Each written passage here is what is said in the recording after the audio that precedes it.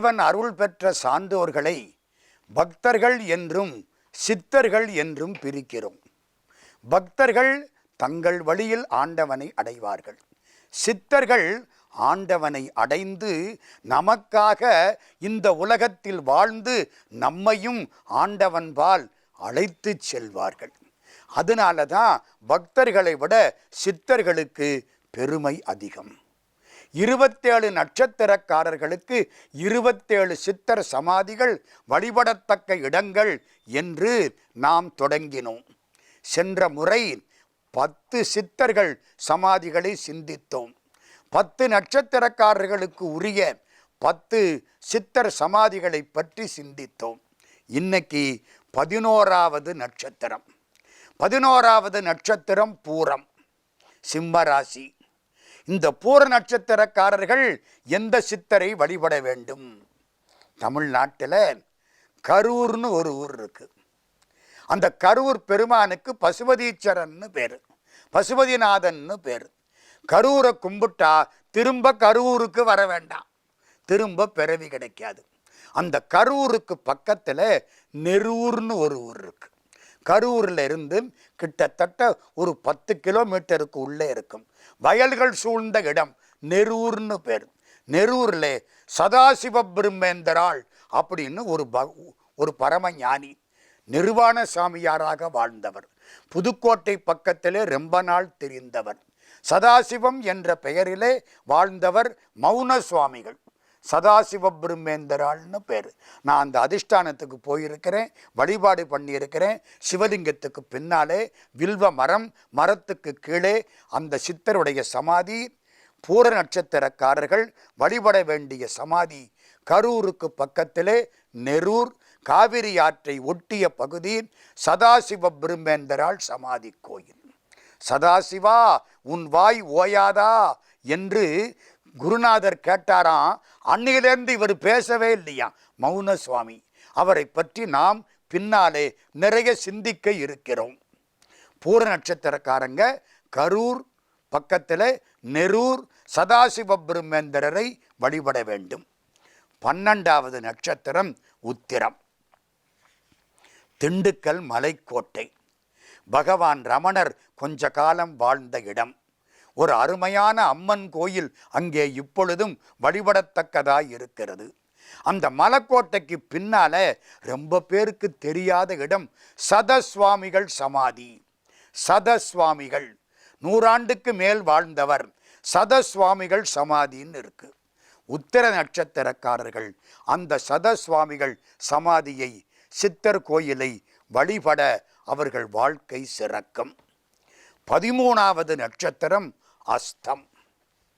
அஸ்த நட்சத்திரக்காரர்கள் திருவண்ணாமலையிலே கிரிவலம் வரும் பொழுது அக்னி லிங்கத்துக்கு பக்கத்திலே உள்ள சேஷாத்திரி சுவாமிகள் சமாதியை வழிபட வேண்டும். நாம் சேஷாத்திரி சுவாமிகளை பற்றி நிறைய பேசியிருக்கிறோம். பரமஞானியாய் வாழ்ந்த சேஷாத்திரி சுவாமிகளுடைய சமாதிக்கு சென்று அஸ்த நட்சத்திரக்காரர்கள் வழிபட வேண்டும். நல்ல இடம், நல்ல வழிபாட்டு முறைகள், அமைதியாய் இருக்கலாம். தங்குவதற்கான ஏற்பாடு. திருவண்ணாமலை ஒரு பக்கம், சேஷாத்திரி சுவாமி இன்னொரு பக்கம். அஸ்த நட்சத்திரக்காரர்கள் திருவண்ணாமலையிலே கிரிவலம் வரக்கூடிய பாதையில் சேஷாத்திரி சுவாமிகள் சமாதியை வழிபட வேண்டும். சித்திரை நட்சத்திரக்காரர்கள் அஸ்தத்துக்கு அடுத்து 14வது நட்சத்திரம் சித்திரை. மதுரையிலே திருப்பரங்குன்றத்துக்கு பக்கத்திலே திருக்கூடல் மலை, அங்கே கட்டிகுளம் மாயாண்டி சுவாமிகள் சமாதி. அசுவினி நட்சத்திரக்காரர்கள் வழிபட வேண்டியது அப்படின்னு சொன்னேன். அந்த மலை திருக்கூடல் மலை. கீழே உள்ள சமாதி கோயில் கட்டிகுளம் மாயாண்டி சுவாமி தனக்குத்தானே ஏற்படுத்தி கொண்ட சமாதி கோயில். மேலே பிள்ளையார் இருப்பார். அதை தாண்டி மலை ஏறுனா மலையிலே உச்சியிலே ஒரு பழனி ஆண்டவர் இருப்பார். ரெண்டுக்கு நடுவில் பாதி மலையிலே ஒரு சமாதி கோயில். அந்த சமாதியிலே உள்ள ஞானிக்கு சோமப்பா சித்தர்னு பேர். யார் வந்தாலும் சோமப்பா சொன்னிச்சு, சோமப்பா பேசுனுச்சு அப்படிம்பாராம். மதுரையிலே சொக்கலிங்க பெருமானுக்கு இன்னொரு பெயர் சோமசுந்தர கடவுள். அதை சுருக்கமாக சோமப்பா சோமப்பா அப்படின்னு அந்த சித்தர் சொன்னதுனால அவருக்கு சோமப்பா சுவாமின்னு பேர் வச்சு விட்டாங்க. முத்துராமலிங்க தேவரையா சோமப்பா சுவாமிக்கு முன்னால் போய் உட்கார்ந்துருப்பாராம். சோமப்பா சுவாமி அவரையே பார்க்க கொஞ்ச நேரத்துக்கு அப்புறம் சோமப்பா சுவாமி எந்திரிச்சு மலை மேலே ஓடி போயிடுவாராம். தேவரையா அதுக்கப்புறம் திரும்பி வருவாராம். சோமப்பா சித்தர் சமாதி, அவரை பற்றியும் நிறைய சிந்திக்க இருக்கிறோம். இப்போதைக்கு சித்திரை நட்சத்திரக்காரர்கள் திருக்கூடல் மலையிலே பாதியிலே இருக்கக்கூடிய ஒரு இடம், மலை உச்சியும் இல்லை கீழையும் இல்லை, நடு இடம் சோமப்பா சுவாமிகள் சமாதி. பௌர்ணமி அன்னைக்கு விசேஷ பூஜை. சோமப்பா சுவாமிகளுக்கு அவ்வளவு கூட்டம் சேருது. அந்த இடத்துக்கு போனால் மயிர்கூச்செறிகிறது. ஒரு பெரியவரை அழைத்து கொண்டு போனேன். அவர் சொன்னார், இந்த இடத்துல வைப்ரேஷன் ரொம்ப அதிகமாக இருக்கு ஐயா. அங்கே இருந்து அந்த ஆற்றல் வாய்ந்த அணுக்கள் நம் மீது வந்து பாய்கின்றன. சித்திரை நட்சத்திரக்காரர்கள் திருக்கூடல் மலை சோமப்பா சுவாமிகளை வழிபட நல்லது. சுவாதி நட்சத்திரம், சித்திரைக்கு அடுத்து 15வது நட்சத்திரம் சுவாதி நட்சத்திரம்.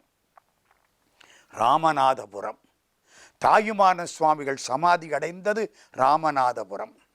அங்கே எம்எஸ்கே நகர்னு ஒரு பகுதி, சர்க்கரை கோட்டை கம்மாயின்னு ஒரு பகுதி. அந்த சக்கரக்கோட்டை கண்மாய்க்கு பக்கத்தில் ராஜகோபால சுவாமி அப்படின்னு ஒரு சித்தர் சமாதி இருக்கு. ராஜகோபால சுவாமி, அந்த சித்தர் சமாதியை சுவாதி நட்சத்திரக்காரர்கள் வழிபட்டால் அவர்களுக்கு நல்வாழ்க்கை கிடைக்கும். 16வது நட்சத்திரம் விசாகம். தமிழ்நாட்டில் கோடி சுவாமின்னு ஒருத்தர் இருந்தார். யாரு போனாலும் கோடி கோடி கோடின்னு வாழ்த்துவாராம். நம்ம வாழ்த்துற பொழுது 1000 கிடைக்கணும், லட்சம் கிடைக்கணும், வாழ்த்துற மாதிரி கோடி கிடைக்கணும், கோடீஸ்வரன் ஆகணும். பொள்ளாச்சிக்கு பக்கத்தில் புவிப்பாளையம்னு ஒரு ஊர் இருக்கு. அந்த புவிப்பாளையத்தில் வாழ்ந்தவர் கோடி சுவாமிகள். இன்னைக்கும் கோடி சுவாமிகளை பொள்ளாச்சி பெருமக்கள் கண்கண்ட தெய்வமாக கும்பிடுகிறார்கள். விசாக நட்சத்திரக்காரர்கள், விசாகம் முருகனுக்குரியது. விசாக பெருமான் தசாங்க சிறப்பு என்பார்கள். வைகாசி விசாகம் முருகனுக்குரியது. விசாக நட்சத்திரத்தில் பிறந்தவர்கள் பொள்ளாச்சிக்கு பக்கத்திலே உள்ள கோடி சுவாமிகள் புரவிப்பாளையம் கோடி சுவாமிகள் சமாதியில் வழிபட நல்லது. 17வது நட்சத்திரம் அனுஷம். கும்பகோணத்துக்கு பக்கத்தில் ஒரு வீட்டு கிணத்துல கங்கை வந்தது. கிட்டத்தட்ட 100 வருஷத்துக்கு முன்னால. கும்பகோணத்துக்கு பக்கத்தில் திருவிசை நல்லூர்னு ஒரு பாடல் பெற்ற திருத்தலம். திருவிசை நல்லூர் சிவபெருமானுடைய அற்புதமான கோயில். திருவிசை நல்லூரிலே ஸ்ரீதர ஐயாவாள் அப்படின்னு ஒரு புண்ணியவான். அந்தணர், எல்லா விதமான வேதங்களையும் அறிந்தவர், காஞ்சி பரமாச்சாரியாரால் போற்றப்பட்டவர் ஸ்ரீதர ஐயாவாள். அவர் வீட்டு கிணத்துல இருந்து கங்கை பெருகி வந்ததுதான் அந்த காலத்தில்.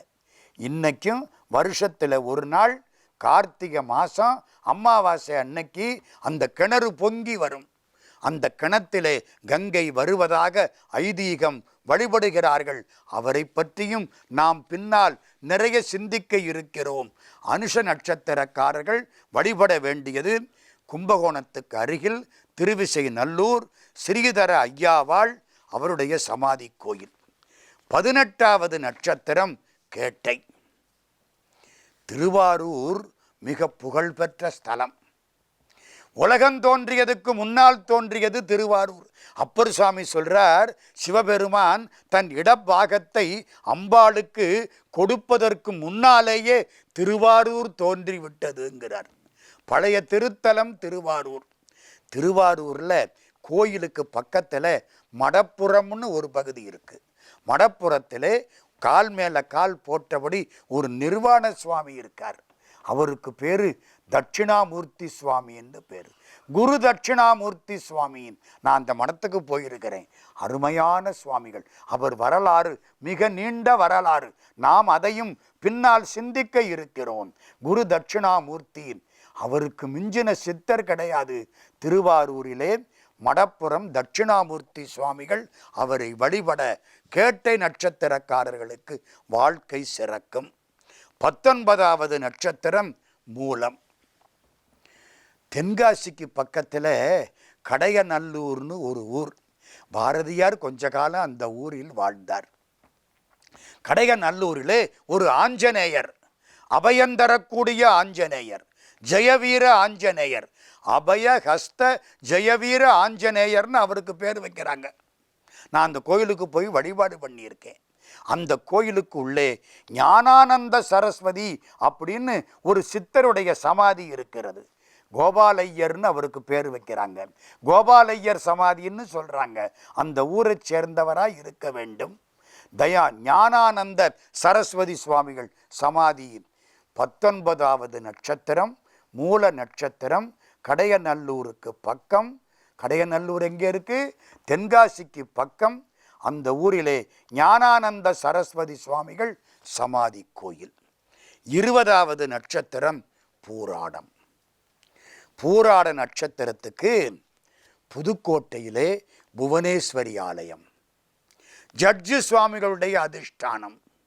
சாந்தானந்த சுவாமிகள் பலகாலம் வாழ்ந்த இடம். புவனேஸ்வரி அம்மனுடைய கருணைக்கு எல்லை கிடையாது. கருணை கடல். புவனேஸ்வரி அம்மனுடைய ஆலயத்திலே ஜட்ஜு சுவாமிகளுடைய அதிஷ்டானம். பூராட நட்சத்திரம் 20. 21 உத்திராட நட்சத்திரம் பழனி.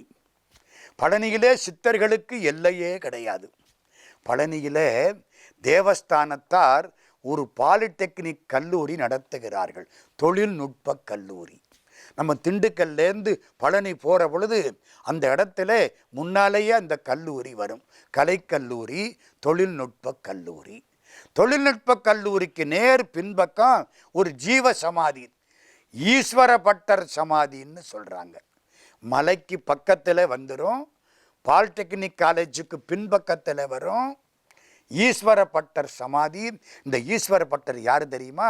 பாதரசத்தை சேர்த்து ரசமணி ஆக்கியவர் அப்படின்னு அந்த ஊர்க்காரங்க வழிபாடு பண்ணுறாங்க. உத்திராட நட்சத்திரக்காரர்கள் வழிபட வேண்டியது பழனி பாலிடெக்னிக் கல்லூரிக்கு பின்புறத்திலே உள்ள ஈஸ்வர பட்டர் ஜீவ சமாதி.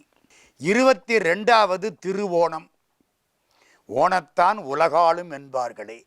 திருவோணம் பெருமாளுக்குரியது. 2 நட்சத்திரத்துக்குத்தான் திருன்னு அடைமொழி. ஒன்று திரு ஆதிரை சிவனுக்குரியது, இன்னும் ஒன்று திருவோணம் பெருமாளுக்குரியது. திருவோண நட்சத்திரக்காரர்கள் வழிபட வேண்டிய சித்தர் சமாதி சங்கரங்கோயில்னு ஒரு ஊர். சங்கரங்கோயிலுக்கு பக்கத்தில் கரிவலம் வந்த நல்லூர்னு பேர். கரிவலம் வந்த நல்லூர். தமிழ் பெருமக்கள் அதை கருவை என்று சொல்லுவார்கள். அங்கே அதிவீரராம பாண்டியர் ஒரு 10 அந்தாதி பாடினார். அதுக்கு திருக்கருவை 10 அந்தாதின்னு பேர். 100 பாட்டு. திருவாசகம் மாதிரி அந்த பாட்டு. அதுக்கு குட்டி திருவாசகம்னு பேர் வச்சாங்க.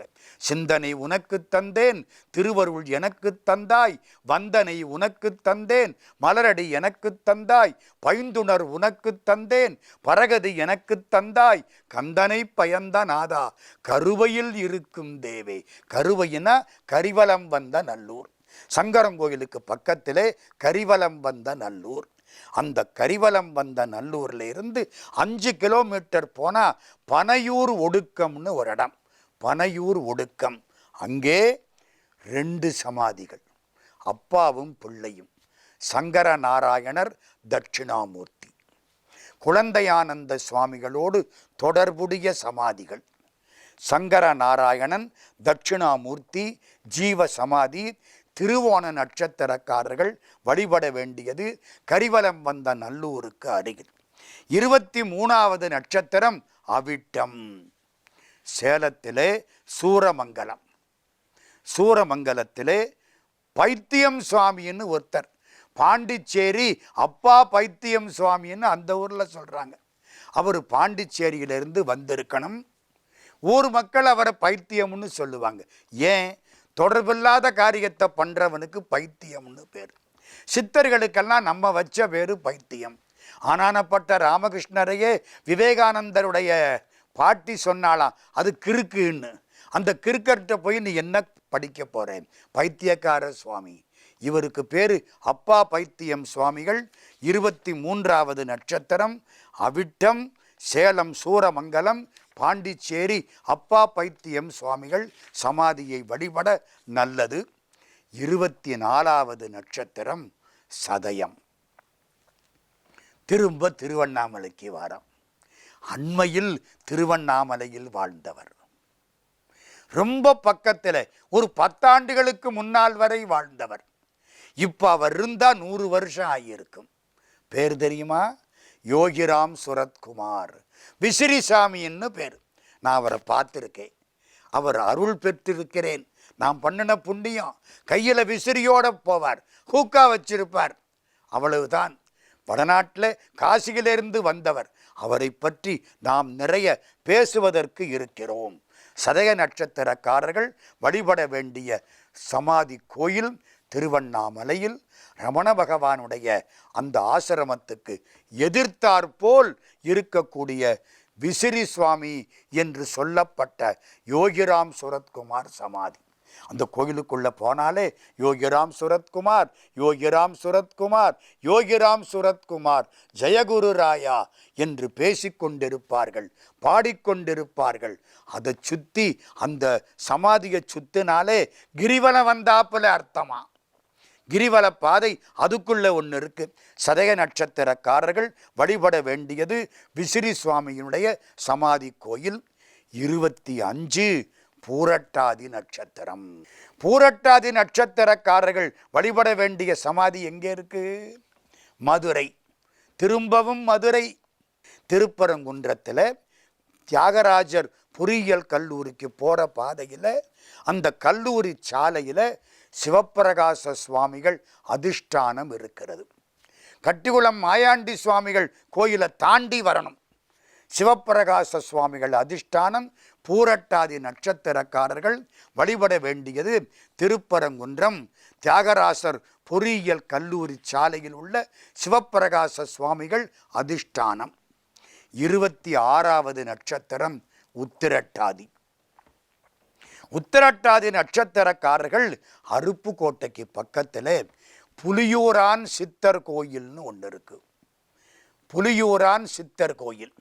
அந்த புலியூரான் சித்தர் கோயிலில் சென்று வழிபாடு செய்தால் உத்திரட்டாதி நட்சத்திரக்காரர்களுக்கு அது மிக உகந்தது.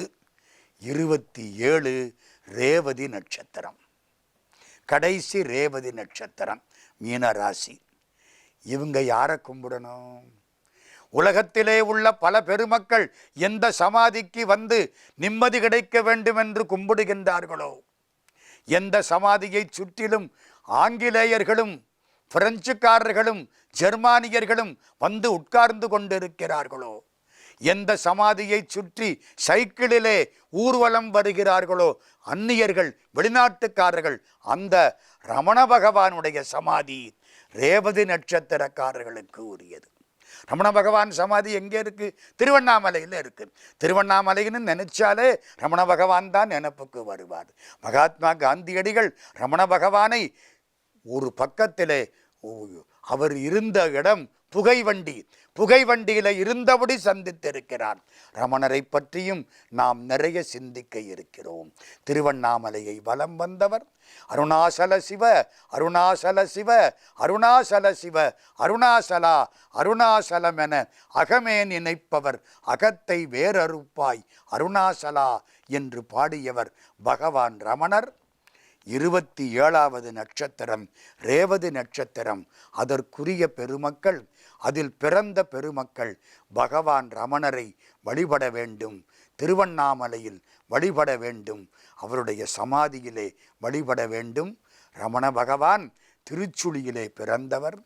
பெரிய புராணத்தை முழுக்க படித்தவர். பெரிய புராணத்து அடியார்கள் வரலாறுகளை எல்லாம் அப்படியே கற்றுக்கொண்டவர். கண்ணப்பரிடத்திலே பெரிதும் ஈடுபாடு கொண்டவர். அந்த சந்நிதி திருவண்ணாமலையில் இருக்கிறது. வெளிநாட்டுக்காரர்கள் வந்து காத்து கிடக்கிறார்கள். என்னுடைய சொந்த அனுபவம் ஒன்றே ஒன்று, அதை மட்டும் சொல்லிவிட்டு நிறைவு செய்யலாம் என்று எண்ணுகிறேன் இந்த உரையை.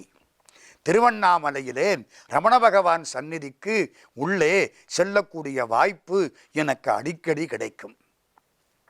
சென்ற ஆண்டு உள்ளே போகிறேன். அப்படி போகிற பொழுது செருப்பை கழட்டி போட்டுட்டு உள்ளே போகிறேன். திடீர்னு மனசில் ஒரு சிந்தனை. என்ன சிந்தனை? ரமண பகவானுடைய சன்னிதானத்தில் நிறைய மயில்கள் இருக்குமே. ஆண் மயில் அழகாக தோகை விரித்து ஆடும். நான் பலமுறை பார்த்துருக்கேன். உள்ளே போகிற பொழுது நினைப்பென்ன, இன்னைக்கு ஒரு ஆண் மயில் தோகை விரித்து ஆடுனா நல்லா இருக்குமே. இந்த மனசு நினைக்குது, அவ்வளவுதான். காலையில் ஒரு 10-11 மணி உள்ளே போகிறேன். நினைப்பை அதோட விட்டுட்டேன். மாதுரு பூதேஸ்வரர் சமாதி, ரமணருடைய அம்மா அந்த கோயில், ரமண பகவான் சமாதி அங்கே கோயில், அமைதியான தியானம் அந்த கோயில், எல்லாம் கும்பிட்டேன். வெளியில் வர்றேன். கடைசியாக ரமண பகவான் இருந்த அறை, அந்த அறைக்கு முன்னால் நின்று கும்பிடுறேன். மயில் எங்கே இருந்தோ கத்துது. எங்கடா கத்துதுன்னு பார்த்தா எனக்கு இடது பக்கத்தில் கத்துது. நிமிந்து பார்க்குறேன், அற்புதமான மயில் ஆடிக்கொண்டிருக்கிறது. நீ நினைச்சில்ல, நடந்துருச்சு. வர்ற பொழுது என்ன நினைச்ச? மயிலை பார்க்கணும்னு நினைச்ச, காட்சி கிடைத்து விட்டது. சித்தர் சமாதிகளுக்கு சென்று நல்லவற்றை நடக்க வேண்டும் என்று நினைத்தால் அவை அப்படியே நடக்கும். என்ன வேண்டும்? எண்ணிய முடிதல் வேண்டும், நல்லவே எண்ணல் வேண்டும். நல்லதைத்தான் நினைக்கணும், நல்லதைத்தான் பேசணும், நல்லவர்களோடு தான் உறவு கொள்ள வேண்டும். 27 நட்சத்திரக்காரர்களுக்கு தனித்தனியாக ஏன் சொன்னேன் தெரியுமா? எல்லாம் முடியாட்டாலும் அந்த ஒரு கோயிலுக்காவது சென்று வழிபாடு செய்யுங்கள். முடிந்தால் எல்லா சித்தர்களையும் வழிபடுங்கள். முடியவில்லையா, உங்களுக்கு உரிய அந்த ஒரு சித்தருடைய சமாதியையாவது சென்று வழிபடுங்கள். மனத்துக்கு நிம்மதி கிடைக்கும். மனத்துக்கு நிம்மதி சித்தர்கள் சந்நிதி. வணக்கம்.